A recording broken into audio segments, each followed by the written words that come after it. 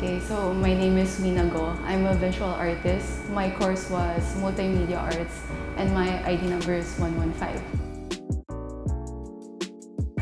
It was an accidental thing because my course is more on the digital side of art.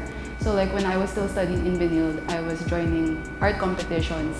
And after winning Philippine Art Awards, that made me think that this is something I wanted to pursue in life. Like I wanted to become a painter instead of working in an ad agency. Yeah. I feel like not really. There's no specific movement or artist. I feel like if I see an artwork and I like it, maybe I kind of take inspiration from that. But there's no specific period or artist. Like I would go to museums and then if I like something, I would take a photo.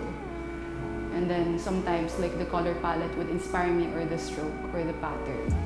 But I feel like the history of the immigration of the Chinese during the 1900s greatly influenced my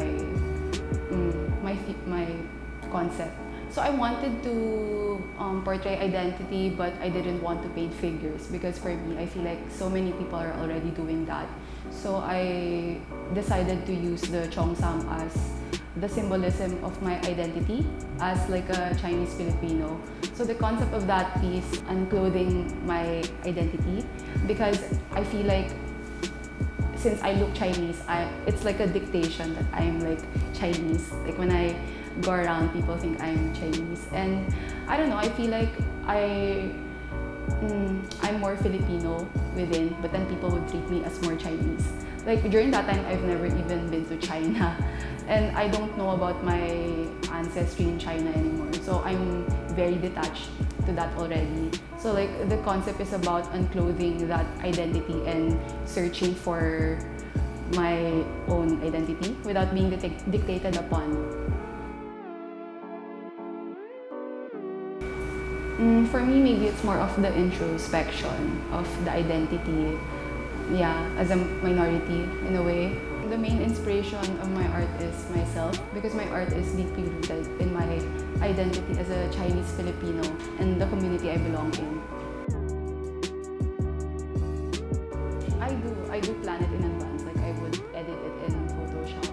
But then I don't really stick to it, so I want like the happy accidents that make it more spontaneous. Yeah. Based on my personal experience, I feel like if people see me, like since I look Chinese, they would associate me more with China or like being just Chinese. But for me, like everything is already like mixed. Especially since I live in the Philippines, I associate myself as Filipino more. And then when I when I stayed in Taiwan, when they asked like, where am I from? Since I cannot speak Mandarin that fluently, they know I'm not Chinese or Taiwanese. So they would ask like, where am I from? And I would say the Philippines, and then they would say, I don't look Filipino. And even like the Filipinos there, like I had an experience wherein they asked me like if I was like Chinese or something, and I said no, I'm Filipino. And then they were asking, how about your parents? And then I said they're also Filipino. And then she said like, how about your grandparents? Like she's proving a point. And then I said like they were from China. And then she's like, that's the point, like you're from China, kind of like that. So I don't like it when people do that because I'm not from China anymore. Yeah, and also like the other communities in Southeast Asia experience the same thing. Like just because they look Chinese, people associate them more with China, which I don't like, especially with the political situation now.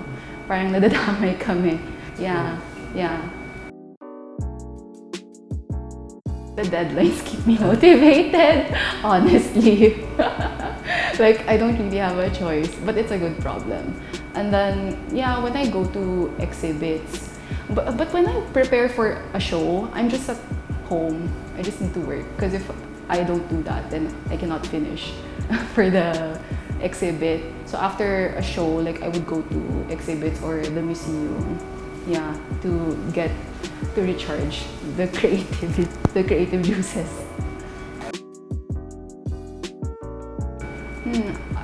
I feel like as an artist, the creativity is the most challenging part because you always have to think outside the box and make it different.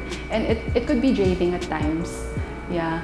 So when I feel like I don't have creative juices anymore, I would go to shows and museums or do research online so that I would get something.